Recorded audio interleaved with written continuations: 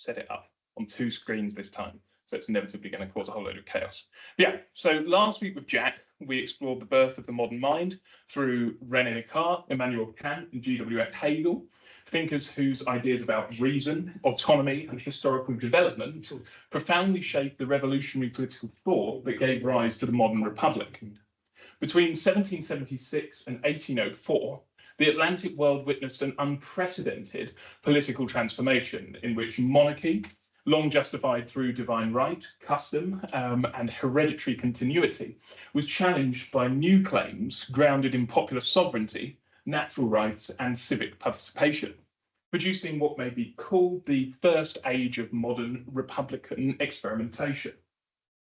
These revolutions were not isolated events, but part of a wider intellectual and geopolitical shift linking Enlightenment philosophy, imperial crisis, fiscal breakdown, and religious contestation, with republicanism emerging as both a theoretical ideal and a practical response to the failures of the ancien regime across both the other side of the Atlantic and this one.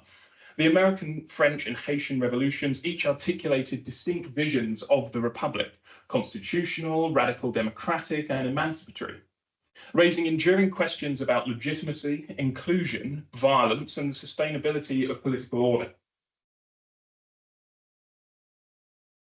So what is a republic? What are the things that we've covered, whether it be when Jack was looking at Rome, when I was looking at the English Civil War? Well, the concept of a republic, originating in the Roman Res Publica, underwent a profound transformation between the 16th and 18th centuries, shifting from a model centered on mixed government and civic virtue to one increasingly defined by sovereignty, rights, and representation, reflecting broader changes in political anthropology and in theories of human nature, heavily influenced in particular by Jean-Jacques Rousseau, who we looked at in the first series on liberty.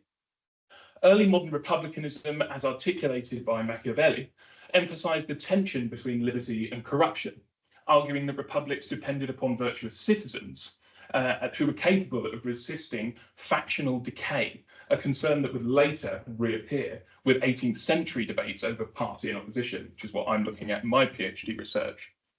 Enlightenment thinkers such as Rousseau reconceptualized the republic through the idea of the general will, linking political authority to collective moral unity rather than institutional balance, thereby introducing a more radical and potentially coercive understanding of what sovereignty is. Intellectual historians in my field, J.G.A. Pocock, argue that modern republicanism represents a synthesis of classical civic humanism, Protestant moral theology, and Enlightenment social theory, producing a language in which liberty, virtue, commerce, and history were in constant and often unstable tension with one another. So at the bottom, we've got that transition from those kind of Roman ideals, which you've discussed, Jack, much more about virtue, about a republic can only thrive if each citizen is sort of educated in a virtuous way. And I don't know if you wanted to expand on that maybe slightly in terms of the Roman interpretation of the republic. Yeah, I mean, they were interesting. It's where we get the word the Commonwealth from, a more accurate translation. Which is then used by the English Republicans. Yeah, exactly. I mean, the core idea was that we have a binding ethic, a binding sense of what justice is, and the constitution of the state sort of follows from there. And you're asking about education. Yeah, in terms of like sort of cultivation of the participant in the republic. Yeah. Well, I mean, they had where classical education comes from. The end of education was seen to be civic vocation, civic duty. So you study philosophy, poetry, rhetoric, the art of speaking. All these things in order to become a comprehensive individual and statesman, in whatever office that might take. And for someone like Cicero, the Republic couldn't be revived if virtue wasn't revived in the civil. No, indeed. Exactly. Yeah. Whereas by the time of the Civil War in England, it's much more of a sort of institutional shift rather than a moral one. It's much more of changing the structures of power in themselves rather than reigniting some sort of, I mean, there's obviously the theological side to what the Puritans were doing, but it's much more a sort of structural change, would you say, a structural shift compared to that. Exactly. Yes. So Rome has some ideas about checks, what we call checks and balances. They have they call the triumvirate and the consulate, sort of two the opposing factions within the government, which kept it more or less conservative. Maybe the discussion becomes much more technical in modernity, as a consequence of heightened concerns about the abuse of power and the various forms that can take. Because in the English Civil War, not only do you have a civil war to overthrow a monarch, but then you have all kinds of questions raised about who kind of figure who comes in his place, who we expect to be a Republican, but turned out to be functionally no different from the monarch who preceded him. So and is actually offered the crown. Yeah, exactly. So but it's interesting to me that Rousseau seems to be an anomaly here, because he's referring the political authority back again to moral unity, rather than institutional balance, and that's because Rousseau is especially enamored with the Roman authors. Yes, very much. We read the social contract, and Rousseau talked a lot about how things are structured in the Roman context. They give you a bit an overview of the whole constitution of Rome, and a preface to his view of the ideal state. And I wonder why that's different for him in his time. He's obviously taking part in this sort of battle between the ancients and moderns that flourishes during the Enlightenment period. And he is enamored by Roman traditions of republicanism, but he's also enamored by theology. If you look at something like the Discourse on Inequality, it's really portraying this kind of Garden of Eden idea of what man was in nature, without the religious. So he was very much a man of his time and a unique figure who I'm sure we'll come back to time and time again. But if we move on from the intellectual foundations of a republic, we need to look at the context of the Atlantic revolutions. So this period from 1760 to 1804 can be understood as a moment of systemic crisis in the Atlantic world, driven by imperial overreach, fiscal strain, and the circulation of radical ideas. Again, something that we've looked at in the debates between Thomas Paine and Edmund Burke, with revolutions emerging as both ideological projects and practical responses to governance failures. The 7 Years' War left Britain and France heavily indebted, leading to new taxation regimes such as the Stamp Act in 1765, which provoked colonial resistance and raised fundamental questions about representation, sovereignty, and legitimacy of imperial authority. Revolutionary ideas spread through an expanding print culture, with pamphlets, newspapers, and political tracts circulating across borders. For example, Thomas Paine's Common Sense in 1776 sold over 100,000 copies within months, illustrating the scale of ideological mobilization. And poor Edmund Burke's one, what was it? 10,000. Which I thought was very impressive until you told me that number. Historiographically, R.R. Palmer presents these events as a unified democratic movement, with Daniel Armitage instead emphasising the plurality of constitutional experiments and the importance of imperial and global contexts in shaping divergent outcomes.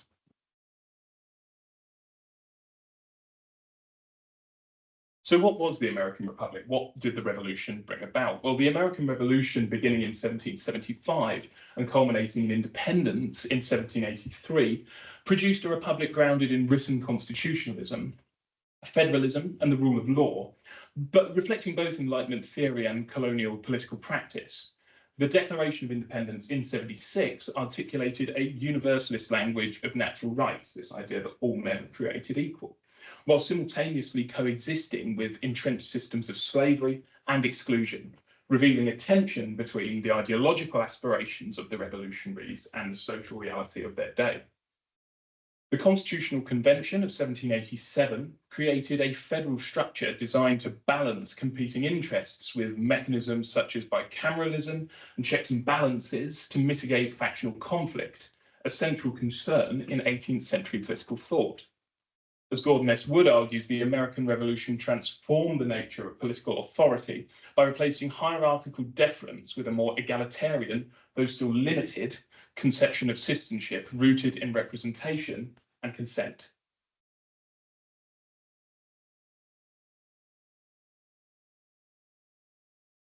So what was American Republican thought, the actual ideas that were the seedbed of this revolution? Well, they comprised around faction, liberty, and religion.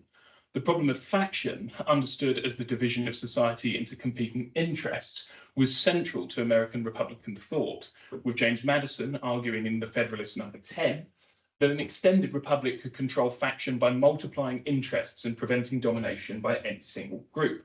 This was an issue that was at the heart of most medieval political thought on the continent leading up to the American Revolution, the idea of how do you contain disparate ideas, how do you contain people who have maybe a fringe view. You know, we see during the English Civil War the rise of the Quakers or the Methodists on the religious side, or we see the rise of the Levellers and the Diggers on the political side.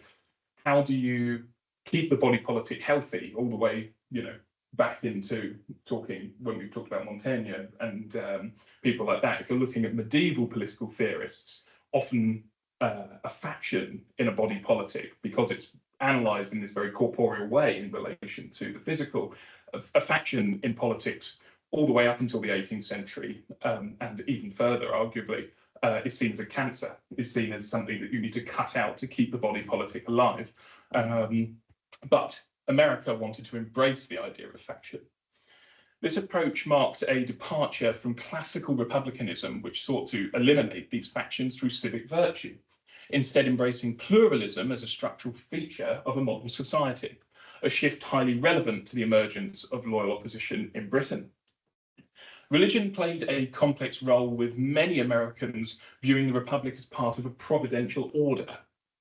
Yet the Constitution and its separation of church and state represented a significant innovation in political theology.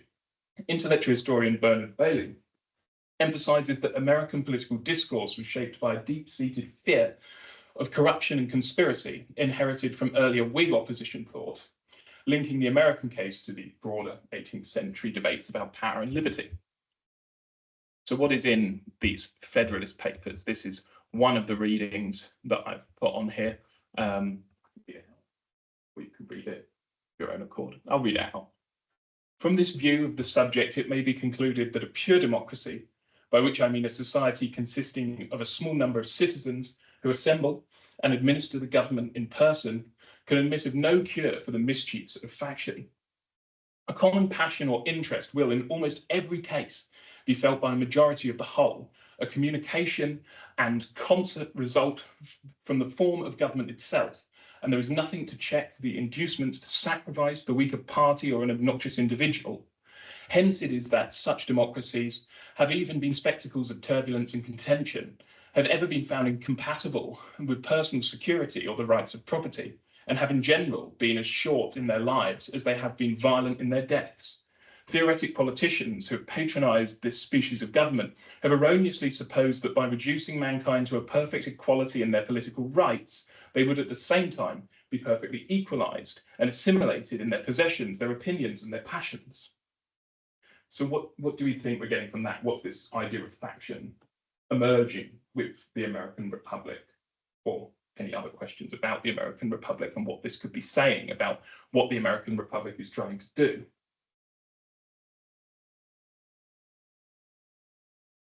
Sure. It's quite a dense text.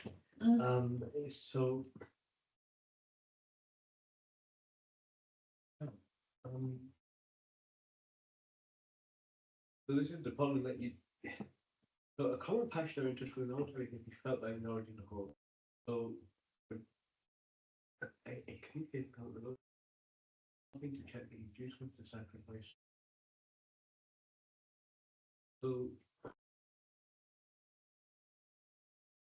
this is about how do you ameliorate faction, essentially. Yeah. Because faction has been inexperienced. Sort of, I mean, you can look at England, as you mentioned, sort of post Charles I, the fragmentation of the political body. It's like half a dozen like prominent sects and dozens more minor ones. It's really quite intimidating, and I guess it's not conducive to sound policy.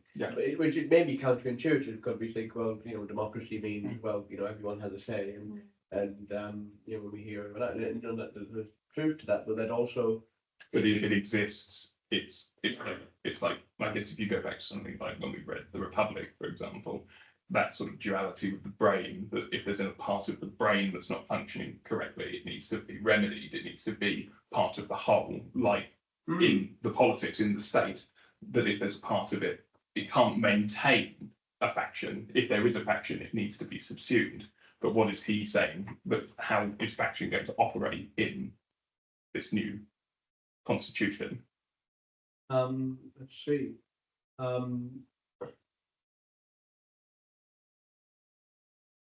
don't know what he proposed to do about that in that text.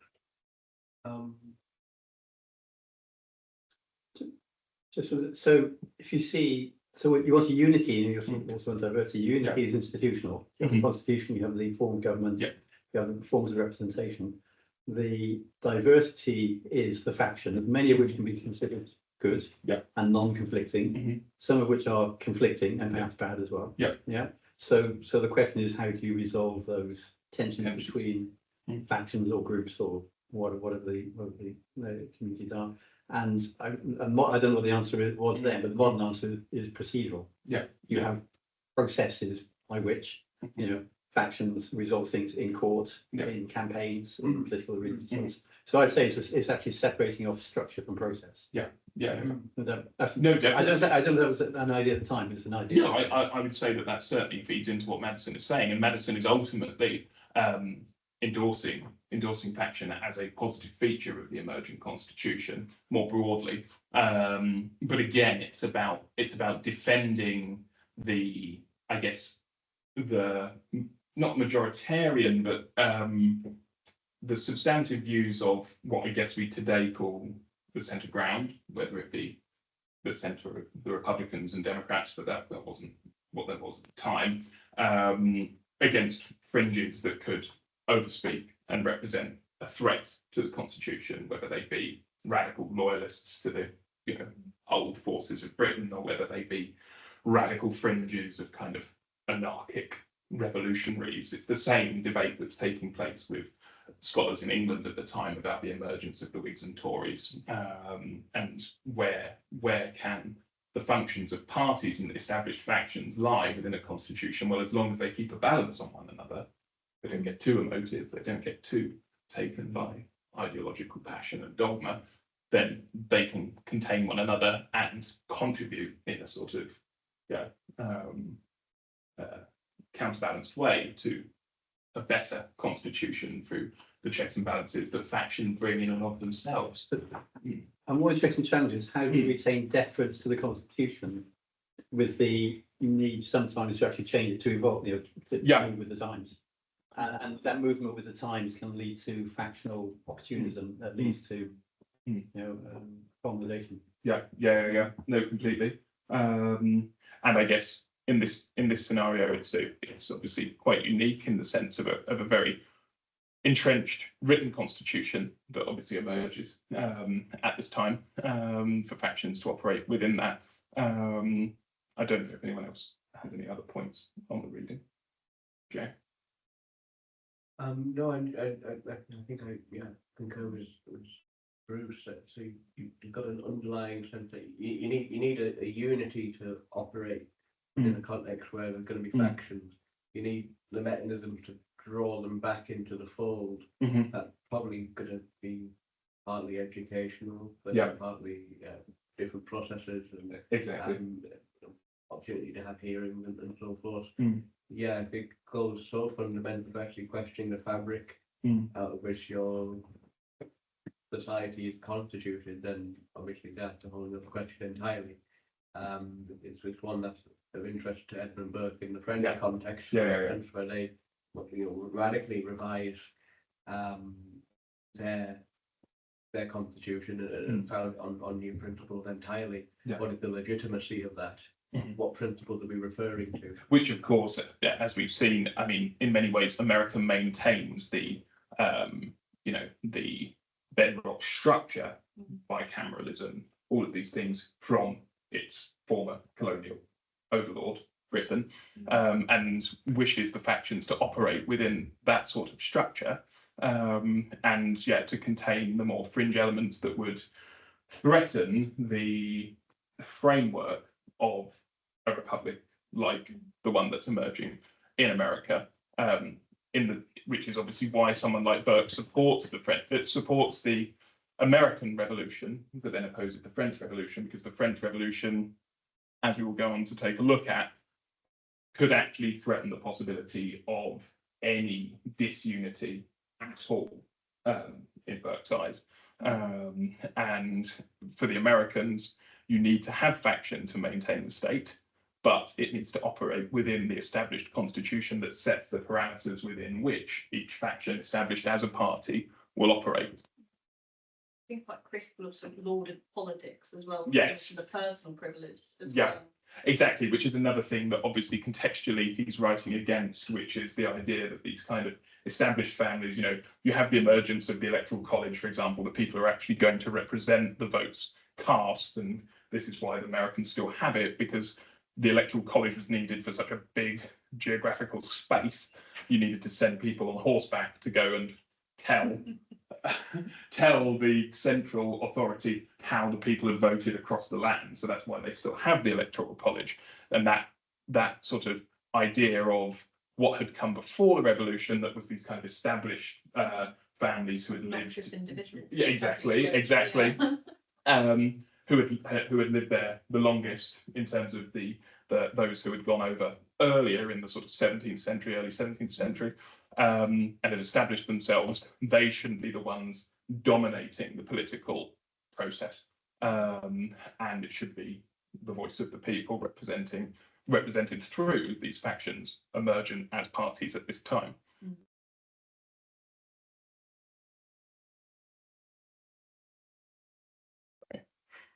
I'm not used to this setup.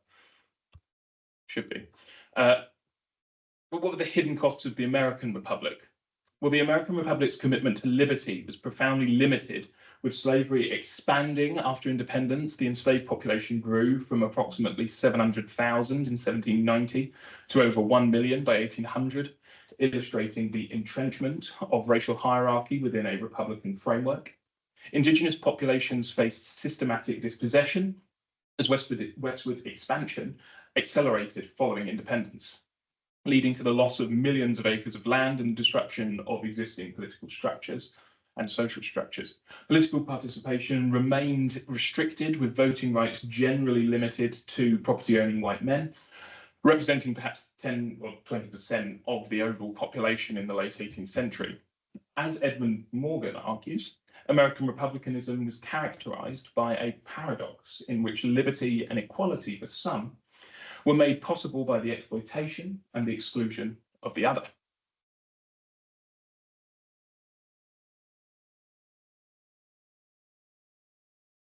So, to France.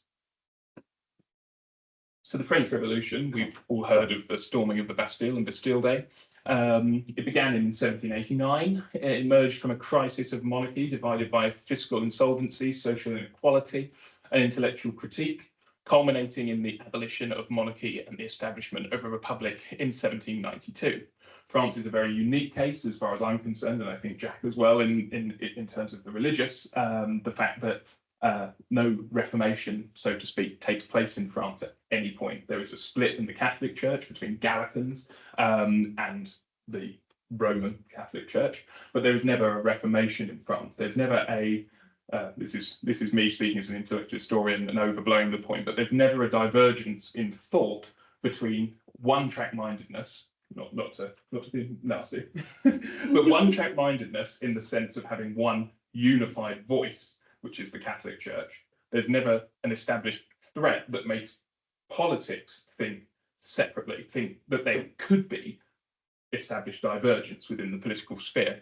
When there is, we see the result, which is the Huguenots and the figure that I focus on in my PhD, Paul de Rapin, who comes to England to write the history of England, is one of those Huguenot refugees. And he wants to hold a mirror up to France because of the fact that there was never any opportunity for the French to express their disparate beliefs, views, whether it be religious or political. And this is a problem, I think, that the French Revolution doesn't resolve and perhaps continues.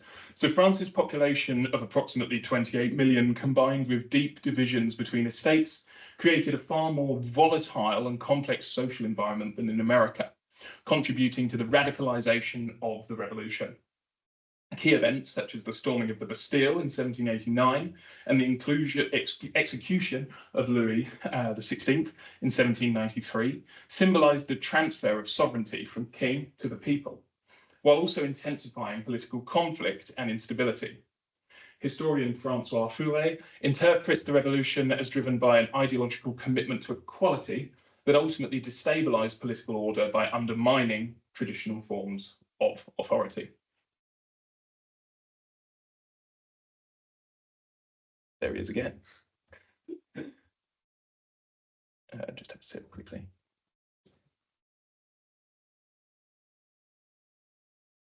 French republicanism was heavily influenced by Jean-Jacques Rousseau, whose concept of the general will posited that true freedom consists in obedience to laws one has prescribed for oneself collectively, thereby linking liberty to moral unity rather than institutional constraint. The Declaration of the Rights of Man and Citizen in 1789 articulated universal principles of liberty and equality, yet their application became increasingly contested, particularly in the context of war and internal dissent between the départements, as they're now called. Fun pub quiz fact is that France has the most time zones of any country on Earth, which I got wrong. Political participation expanded dramatically with mass mobilization through clubs and assemblies, yet this participatory politics also contributed to instability and the escalation of conflict. Intellectual historian Keith Baker highlights how revolutionary language itself reshaped political possibilities, with concepts such as nation and citizen acquiring new powerful meanings.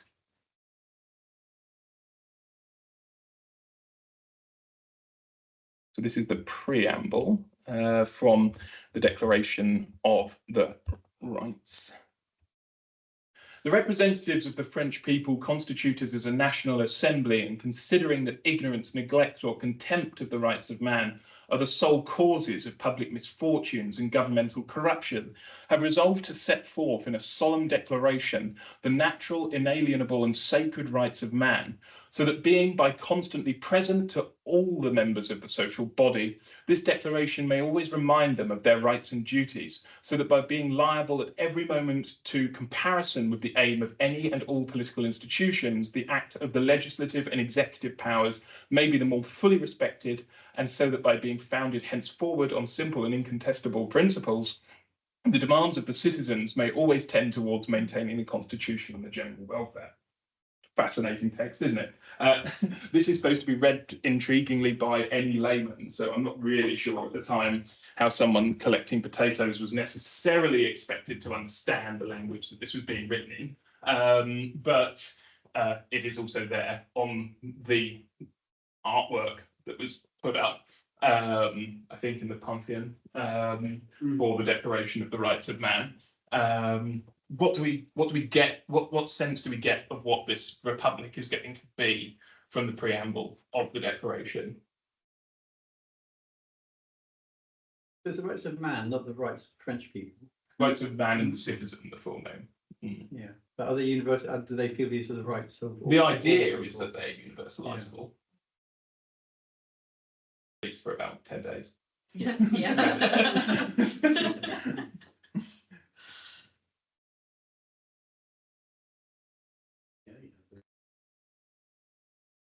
Distinction. The founded henceforward on simple and incontestable principles that the demand of the citizens may always tend towards maintaining the general welfare. So it is, the sort of order towards the preservation of the whole. Yeah. Not much room for faction. Seems significant. No, indeed. There's not much room for faction. So they do. Which obviously there is from the start of the revolution, faction between the Jacobins and the Girondins, the radicals and the moderates of the revolution. So To say that there needs to be unity in the whole is already making quite a statement. Yeah, and then it's the neglect, ignorant neglect or contempt of the universal right that have corridors. Which everyone knows. Everyone ploughing in the field knows their inalienable rights of universal declaration. Yeah. Well, I mean, you know, these people think along the lines of natural law. I mean, they feel these things are self-evident to rational being with conscience, and I think that's fair enough. But I mean, it's quite a loaded. So I mean, so for instance, I mean, to the extent that there are economic problems in a country, so how much is that to do with the fact that you have rejected universal principles of human dignity? It's like, quite. Well, maybe sometimes that is the case, but obviously you can see the kind of that are already embedded in that sort of attitude toward policies. You can see where sort of more radical wing of the sort of 19th century goes. Yes, very much so. And we've discussed this before, Jack. I know in terms of the centralizing of power in this way that you then see with the Russian Revolution as well, in the sense of how do you implement these universal rights particularly in an economic scenario, which you see with the GOST plan in the Soviet Union as well, with trying to basically geometrically divvy up by squares the land and production rates. Exactly. The same thing happens in France at this point, by sort of trying to implement universal rights in an economic way. In a geometric way. Yeah, in a geometric way, which is not really something that can be done. No, it's quite difficult. It doesn't reflect the reality. So I mean, in a country you have very different geographical circumstances, resources, cultures, languages, even, and there's some sort of very naive rationalist assumption baked into the heart of their administrative planning, and they're legislating that this is all the same everywhere. So it's because they uproot themselves from tradition and experience that have taught them that. But there's a lot that they have been taught, I think, that comes across in the ideals. But there's a lot that they miss out. So we've mentioned, for example, the influence of Rousseau. Now, Rousseau believed in the breaking up. Stephanie, you will know about this in terms of in the ideal of the Canton of Geneva, right? The idea that large states ultimately need to break up into smaller states because they can't function as large states effectively. And with each revolution, other than the American one, we can come back to a little bit of this, but the revolutionaries seem to maintain the sort of both obviously the geographical, but also this kind of political assumption that large states will succeed. That there's a boldness in the unity of a very proud large state. But if you're a revolutionary working from Paris, there's probably very little chance of you effectively running states that you've never been to, counties that you've never been to, that you will have never experienced. It's probably going to be very difficult to maintain both the rights, but also just the effective maintenance of an economy in those areas, and any kind of governmental sort of systems, which Rousseau directly calls for there to be put to an end of, that small states are the ideal states, that you need to break up mammoth ones. And this is part of my old professor's work on the end of Enlightenment, the idea that these large states, when they went through revolutions that tried to take Enlightenment ideals, ultimately kind of killed Enlightenment ideals, because it just led to what we see, Caesar figures. We see it with, whether you go back to Cromwell, George Washington could have been one, but it's the only example of someone who returns to his plough like Cincinnatus. But with Robespierre and then ultimately Napoleon in the French context. And they maintain large states, they maintain them, and they take complete consolidated power within an individual because they think that's the way to fully realize the revolution and thereby kill Enlightenment. Sorry, that sounds a bit gloomy. Move on from there. No more Napoleon's is a good book. Interesting. What have you skimmed? Or? did a podcast on Oh, this. okay. Painful thing to check. And what's the general thesis? I thought it was going to be, because he's a really good historian, but it's very strategic on why there's not been leaders like Napoleon that's been developed since. Okay. A lot of that Yeah. stems from they've not had the ideological charge, Mm, because no one's wanted to put all the eggs in one basket and lead through. Interesting. But he wouldn't consider, like in the Russian context, he wouldn't consider that a sort of parallel then, sort of Lenin. This would be my counter argument. Because surely they have an ideological charge, even if it's very different to an age. Because obviously someone like Napoleon is imbued with Enlightenment ideals that circle of thought. But no, interesting. The wars didn't quite come for them. The only difference. True. Yes, that is true. Yes. No, interesting. But of course, it approaches it from a very naval perspective as well. Yeah. So, yeah. Brace yourself. Oh. So violence, war, and the collapse of the French Republic, going on to what Daisy's just raised, essentially. The reign of terror between 1793 and 1794 saw approximately 17,000 executions by guillotine, alongside widespread violence and civil conflict, such as the Vendée, reflecting the radicalization of revolutionary politics. Revolutionary France engaged in continuous warfare from 1792, mobilizing over 1 million soldiers, which both sustained the Republic and contributed to its militarization and eventual transformation into the empire under Napoleon. The instability of the revolutionary government, combined with external threats, paved the way for Napoleon Bonaparte's coup in 1799, marking the end of the First Republic. And just before you all got here, we were watching a clip from Napoleon with mixed opinions on the makeup of that film. But as Shine Sharma argues, violence was not merely a byproduct of the revolution, but an intrinsic element of its political logic. Check, we haven't got any questions, no. So, what about a vassal of the French Republic and its reaction to the Enlightenment ideals? Well, the Haitian Republic, 1791 to 1804. The Haitian Revolution began in 1791 in Saint-Domingue, the wealthiest colony in the Caribbean, producing vast quantities of sugar and coffee through a brutal system of plantation slavery involving approximately 500,000 enslaved people. The revolution was shaped by local conditions and global influences, including the French Revolution itself and Enlightenment ideas that precursored it. Yet it developed into a distinct and radical movement centered on emancipation and racial equality. Haiti declared independence in 1804, becoming the first Black republic and fundamentally challenging European assumptions about race, civilization, and political capacity. Historian Laurent Dubois emphasizes that the Haitian Revolution represents the most complete realization of the universalist claims of the Enlightenment.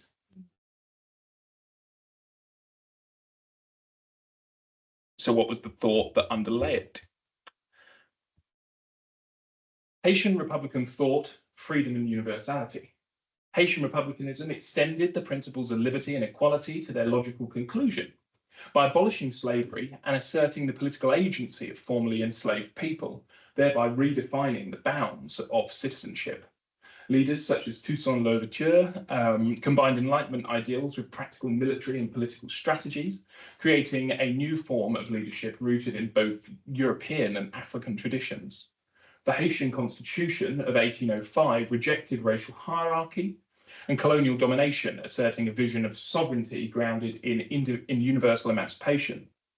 Intellectual historian Susan Buck-Moss argues that Haiti exposes the limitations of European Enlightenment thought by demonstrating that its universal claims were realized most fully outside of Europe.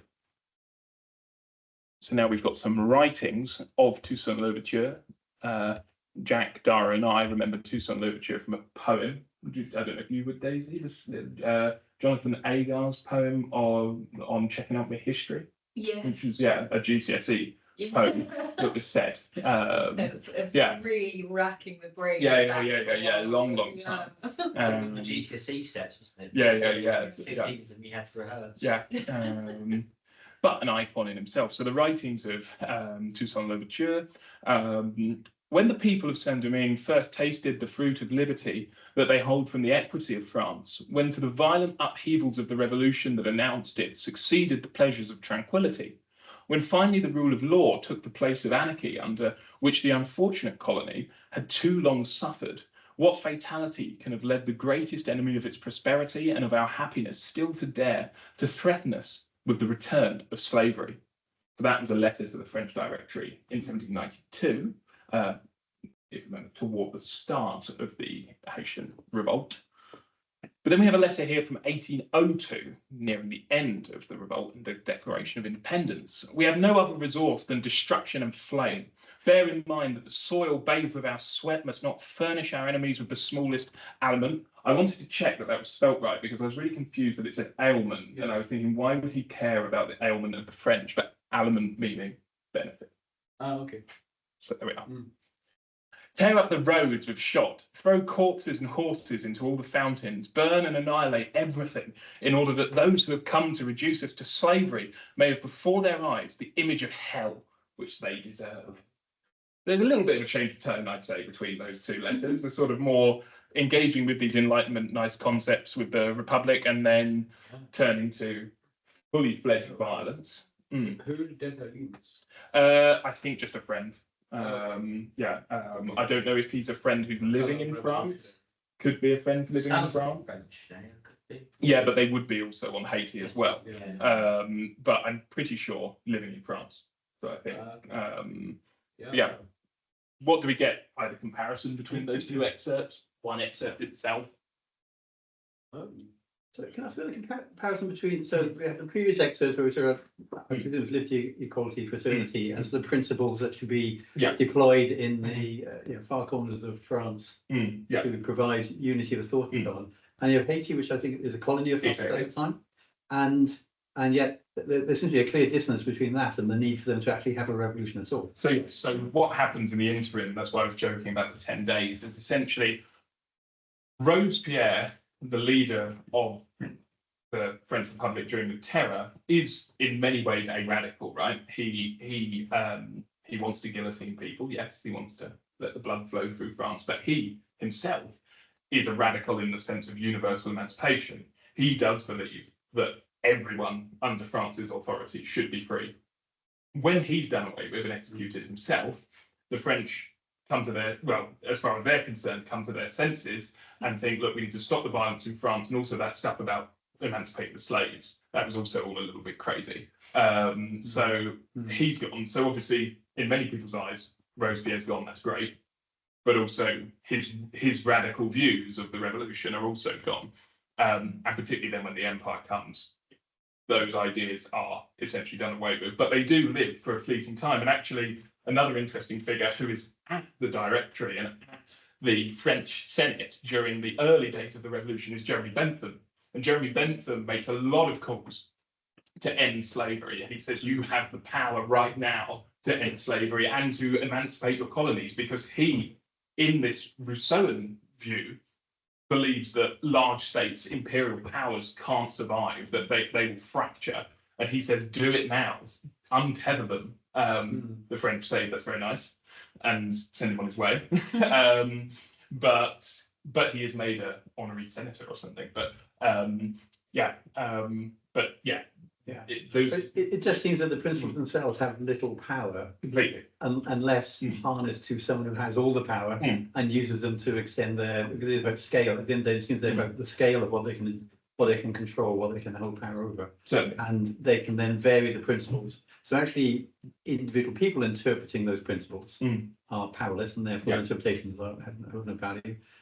It comes back just to the powerful deciding how to spin it. It does, and it comes back to the idea that we were discussing on the American one about faction, because faction's not only parties, right? But faction, if you don't have parties, you don't have factions that can establish themselves as part of the constitution, then you don't have factions in terms of individuals on a daily basis. You can't have people saying exactly what you're saying, which is interpreting it for themselves. This also comes back, you might want to respond to this, Jack, but this comes back to my point about the fact that there was no Reformation in France, that as much as obviously it was a threat to the Catholic Church, what it did was allow Catholics during Counter-Reformation to accept the idea that they were Protestants and to try and work out sort of common discourse. The fact that France never has a reformation means that it struggles to allow people who think differently to the majoritarian view, even if that is a revolutionary one in its It way. doesn't require the process of actually working through those. Exactly, and accepting that there could be something that wants to establish itself as different to the broader thought. I don't know, Jack, if you ever... I mean, it seems plausible. I don't know enough about the French situation to comment, but you're connecting that to what? The fact that individuals, say nations, can interpret these universal ideals that have obviously been enshrined in that Declaration of the Rights of Man differently to the established opinion, which is that actually, no, we won't emancipate our colonies, we won't, because obviously universal freedom should be interpreted by anyone as I have universal freedom, but they don't.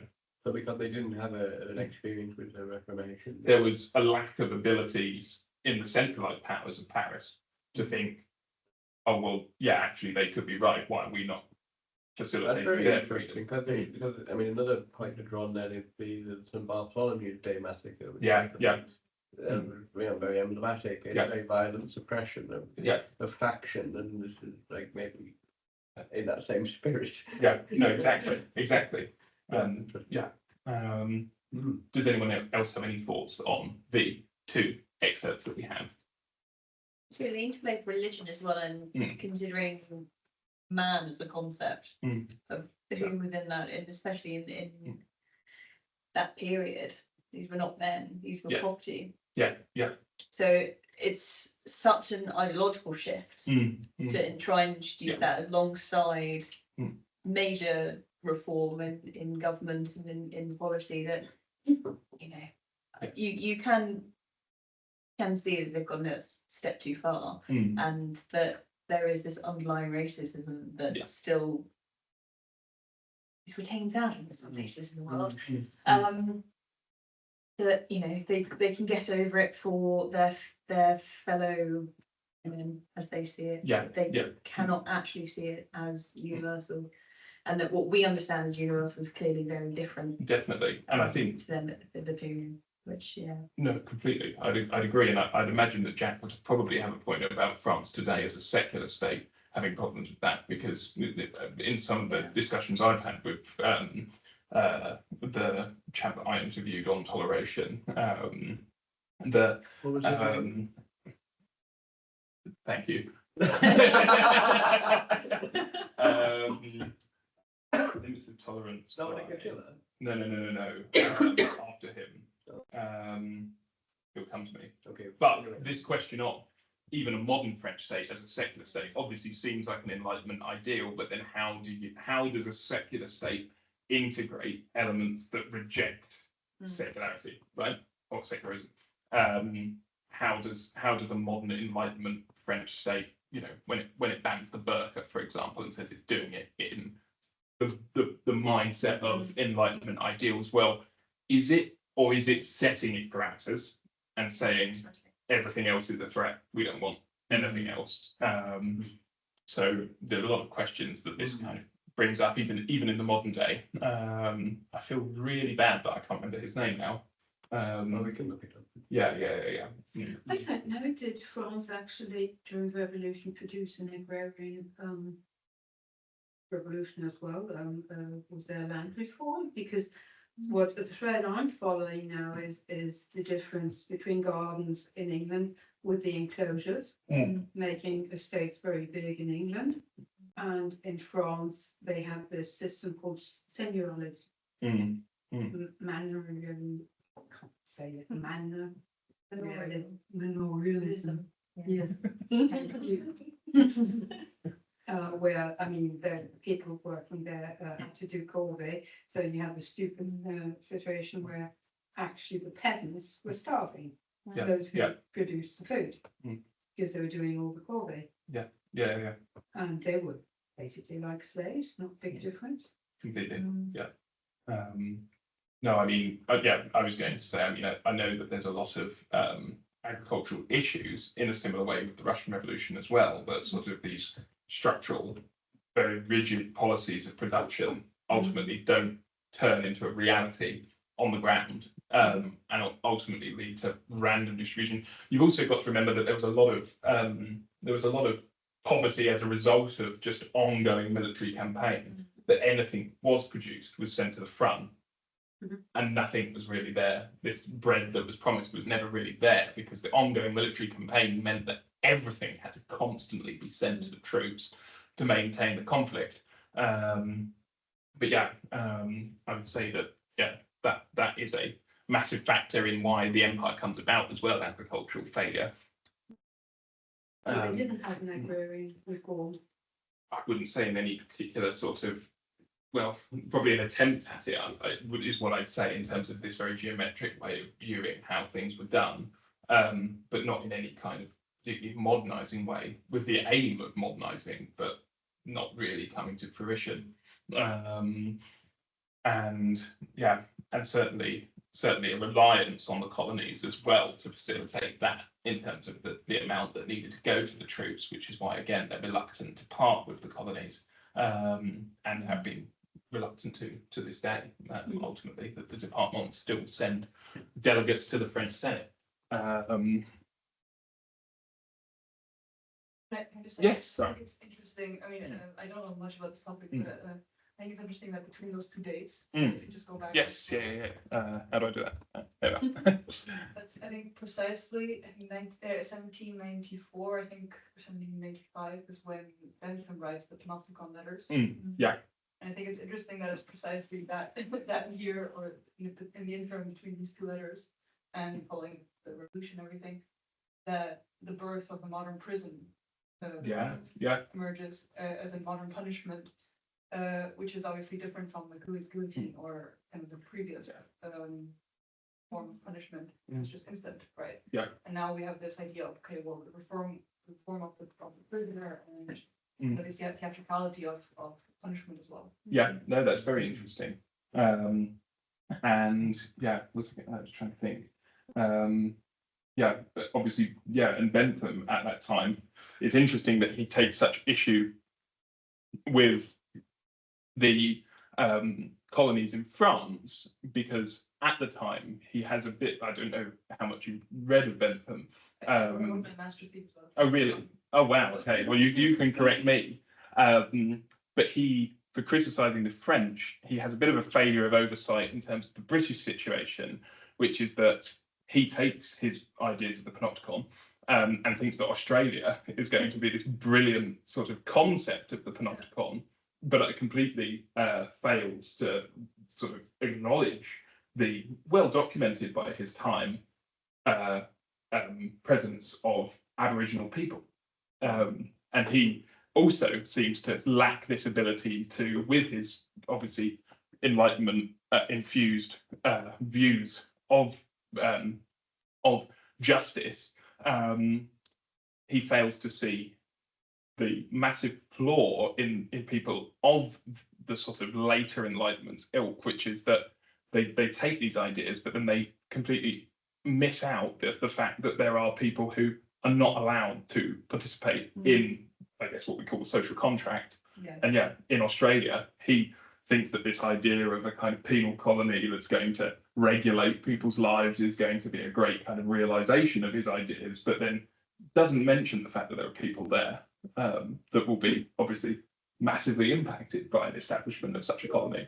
But no, that is interesting. Oh, Denis Lacan. That's the name. Denis Lacan is the one. Thank you. You guys just take a pause. Jack, anyone else? For sure. I mean, the Enlightenment also kind of dismantles this one previous myth in a way, and establishes a new myth of this rationalist. I mean, this is a very kind of Dorian argument. I don't know. I think that was something that when I was doing my master's thesis, I thought was really interesting. Yeah. It's also materially manifested in the prison. Yeah. I know that is interesting. Well, hopefully we might be able to do. We haven't actually covered Bentham at any point, have we? No, we did do one on liberalism. We covered Mill and sort of mentioned Bentham and his dad in passing, but but no, we'll come back to it. It'll be a special session that we'll run. after Hegel, which Jack does want to run, but wants to get opinions on whether or not to run. Yeah. Mm. Bruce, I think you can. Okay, I'll do Hegel. Mad Swede way as well. Done a lot of work on development prisons over there. Definitely knows much more about Swedish. Like, Well, the costs and the isolation of the Haitian Republic, what we've sort of been discussing. The Haitian Revolution resulted in massive loss of life, with estimates ranging from 100,000 to 200,000 deaths, as we can see in this lovely chart that I found. In terms of black population, 200,000, French soldiers, 75,000, British soldiers also involved, 45,000, and white colonists on the land, 25,000. Haiti faced immediate international isolation, with major powers refusing recognition of France, imposing a crippling indemnity of 150 million francs in 1825, which had long-term economic consequences on the state. The collapse of plantation agriculture led to a significant decline in exports, reshaping the economic and social structure of the new republic. As CLR James argues, and I was mentioning him earlier, Haiti's achievement was both revolutionary and tragic, highlighting the costs of radical emancipation in a hostile global system. Wasn't ready for it, I guess. I don't understand the second paragraph. Yeah. Haiti faced immediate international isolation. From those in alignment with continental powers. Because there was also British presence within Haiti. I haven't gone too much into the complications of the lead up to Haiti, but the presence, as you see, in terms of like the British presence and the French presence, the rejection of Haiti because of what it did and the threat. I mean, imagine Edmund Burke writing about this revolution. I mean, he wasn't happy about the French doing what they did, but to do it in an even more radical way, and for it to be at a time where obviously racially it would have been seen as completely kind of a inspirational threat to colonies of all nations. So potentially in India, across Africa, whether you be German, whether you be British, whether you be French, you don't want this to be a successful republic. You want to quash it because otherwise everyone's gonna follow suit. So that's why, in that sense. It was that I had misread France imposing as France had imposed. Okay, I see. Had been imposed on France. No. There were no international morals at this time. No one was imposing it for the treatment of Haiti. Why that led to the Haiti being discriminated against the France one as well. So anyway. Yeah. What you find. Perfect. So what are republics and their limits? We've just passed the Ides of March. We've all made it through. The divergent trajectories of the American, French, and Haitian republics reflect differences in scale, social structure, economic foundations, and international context, illustrating that republicanism is not a single model, but a spectrum of political possibilities. The American republic achieved stability through institutional design and relative social cohesion, while the French Republic collapsed under the pressure of ideological radicalism and war. And Haiti faced these external isolation periods despite its internal transformation. So these cases raise broader questions about the relationship between liberty and order, inclusion and stability, and the role of violence. This idea that my old professor in his book, The End of Enlightenment, the idea that revolutions always bring Caesar figures, that there are very few examples other than, say, in America and with Cincinnatus, that someone takes complete power and hands it back over willingly to reform the republic. Historian David Scott suggests that each revolution must be understood in relation to its own historical conditions, conceptual problems, rather than as part of a single teleological narrative of progress. So the idea that you can just transfer revolutionary ideas into another context and they will work completely the same as previously.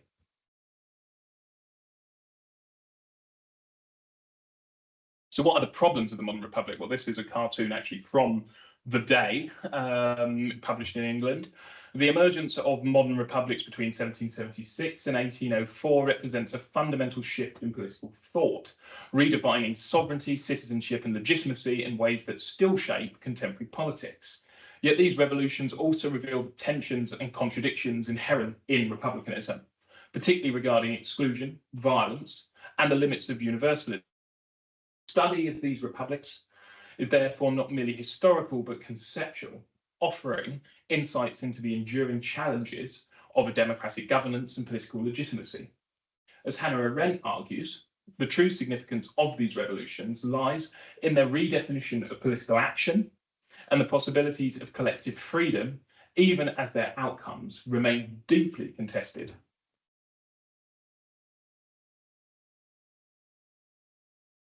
So looking ahead, from republics to railways, and then revolution again. Having explored the birth of the modern republic between 1776 and 1804, we now move into the long 19th century, where the great question shifts from who should rule to the rather more pressing who earns, works, and profits. Industrialization gathers pace through breakthroughs in steam power, textiles, and transport, most symbolically in the railway, which quite literally reshapes space, time, and society, drawing labour into expanding industrial cities such as Manchester, Birmingham, Sheffield, and Leeds. Next time we meet, Karl Marx, who, building on the ideas that Jack will discuss at some point, Hegel reimagines history not as the progress of reason, but as an ongoing class struggle rooted in material and economic life. If tonight has been about rights, sovereignty, and revolution, next time we turn to railways, industrial, and capital, and discover that the revolution, it seems, is far from over from these 18th and early 19th century ones that we've done tonight. But yeah, unless there's any questions, that will be about it for this evening. Thank you. But if anyone has any general questions or things they'd like to raise. Questions online? Let me check.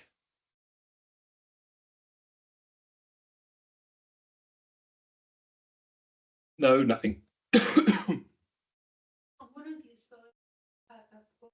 saying that violence was an intrinsic part of the revolution. Why? I guess as far as I'm concerned, in this idea that ultimately, because of the way that revolutions happen, they're often led by a relatively small group in most examples. They're often not from the ground up. The only ones that are successful, I guess, are the ones that are ground up. America, arguably Haiti, depending on where you sit on the success of the revolution. Because they want to consolidate power and they're threatened, they often have to use the military or the structure that is left of the previous government's military to entrench power. Again, we see it in England with the new model army. We see it with the military in France consolidating power and threatening the directorate. So ultimately they have to, because they come from often quite small groups of people, and they need something to bolster their opinion. None of these revolutions happen by democratic consent. So I guess that would be the reason. So it's the absence of I find it interesting that the idea of process of change, and obviously violence is an alternative to political process. And exactly. Politics by other means and like that. But also it seems to be that people who have power and feel threatened don't hand it over willingly. No. So I can see how Haiti, having seen, I would call it the hypocrisy of French principles. Yeah. And having said "me too" and then being rejected, which said, well, how else do we achieve the same? We like these ideas. So the ideas generate the impetus for change. The resistance generates the violence. Yeah. Violence usurps or not powers. Yeah. And then begins again, of course. Mm-hmm. Unless you then embed proper processes, democratic or otherwise, into how your institutions change. And I wonder, Jack, also whether some of the success does come from this idea, going back to the ancient idea of a civic participation in the Republic, right? The fact that, even if we are contesting numbers between our passions, Paine and Burke, the fact that Paine's pamphlets were obviously permeating the actual common discourse, the level of engagement with the ideas before the revolution in somewhere like America is very different to the peasantry, say, in France. And later, I would say, similar to the, the result of the first election of the provisional government in Russia after the revolution is that the this is very boring, socialist revolutionaries win, peasantry, they're all voting for the socialist revolutionaries, the Bolsheviks get less, and then the Bolsheviks say, well, we're not happy with that, so we'll scrap that election and consolidate power with the military, right? So is the only example of somewhere like America an example of where civic virtue, or at least civic education and engagement with ideas, because it precursors the revolution itself, is able to maybe ground itself in the populace a bit more? It's possible. I mean, Haynes' work obviously influenced America, but it also influenced France. Yeah. I mean, he's imprisoned in France. Right. So because he supports the French Revolution, which shows again. It is the same idea, but they didn't have a very different. Yeah, they didn't have a very different result. I mean, you could argue, did the French Revolution really come from the peasants? Did it really come from the agrarian people, or did it come from a disenfranchised sort of upper, lower, middle class? Who had tasted right? Yeah, tasted exactly. I think that's probably the case. Whereas I think in the American context, maybe more from a sense of education, a stronger awareness of their political situation, their history. And I guess all of those who had gone there to establish their colonies in the 13 colonies were also, this is now me just riffing, but also were ideational in themselves, right? They'd gone there with a belief of what they wanted, and the fact that generations, the next generation after those initial settlers had gone there, they'd gone there as Quakers, they'd gone there as Shakers, as Methodists, as dissident beliefs within the church. They were informed on what they believed, and if there was something that could unite them, it was relatively fertile ground to unite those people as well, I guess. Whereas, in France, in Russia later, there wasn't something in that way to unite them. No, indeed, the American. I'm only posing a counterpoint, by the way, to the structural. I'm just thinking, like, obviously the processes were there because of bicameralism and this idea of maintaining that sort of ghost of Britain in the American states. So there's certainly a structural element to maybe why that was a success, but maybe there's some fertile ground ideationally as well. They'd either left of a rejection of the current system in Europe, or on the belief that there is something better. So they're sort of all ripe for this brand, bright new world. Thinking anyway. Completely. And then with no entrenched or, you don't have the manorialism where there's deep rooted ownership of territory or of property. We all come across on the boat with very little anyway to start with, so it's sort of the fairness thing to say then let them maintain it. So they're the great experiment. And for the period, but again, you can forget about the indigenous population within this as well, and you're talking about a very white Western view, and the political body that you're talking about is not the population. Yeah, exactly. Well, as we would call it today. It's still not a full all-encompassing polity or no, completely. That is geographically fractional as well with the state system that gets established with the different cultural sects that grow up. And then I find it so interesting because you can refer back to a lot of early medieval statecraft in some of that early territory grab. With that, right, okay, take all you can and see what you can slightly get away with at the time. And then try and entrench power. But of course, then that you then have a authoritarian that is politically informed. Exactly. And are frankly willing to fight for what because they see the opportunity. Yeah, completely. Interesting. You can see, I mean, first of all, they did have a civil war, 50 or 60 Yeah. years later, so the issues were not resolved. And indeed, if you look at America today, issues are not resolved. Yeah, No, yeah. You know, yeah. so you could argue actually revolution sets off a direction, you know, a change, a fundamental change for sure, Yeah. but a direction, but it hasn't resolved. Mm. And you could still counterfactually say, would France have been better off? Would America have been better off if they hadn't done that? Britain would have been better off. Yeah, completely. America probably would have been. And this question of faction is persistently brought up today, which is why I'm looking at it, which is that, you know, again, we seem to be returning to a time where faction is bad, is a threat to the public will, you know, whether it be over Brexit, whether it be any political debate that we engage in now. It seems to be, if there is an opposing opinion, there's no choice but to either completely convert them or demonize them as something else. And we seem to be returning to an age of that. Right. Yeah. There's no moderation in it anymore. It's Yeah. heroes and villains. Exactly. Well, a nice way to wrap it up, I think. Thank you to everyone online, and we shall see you again in 2 weeks.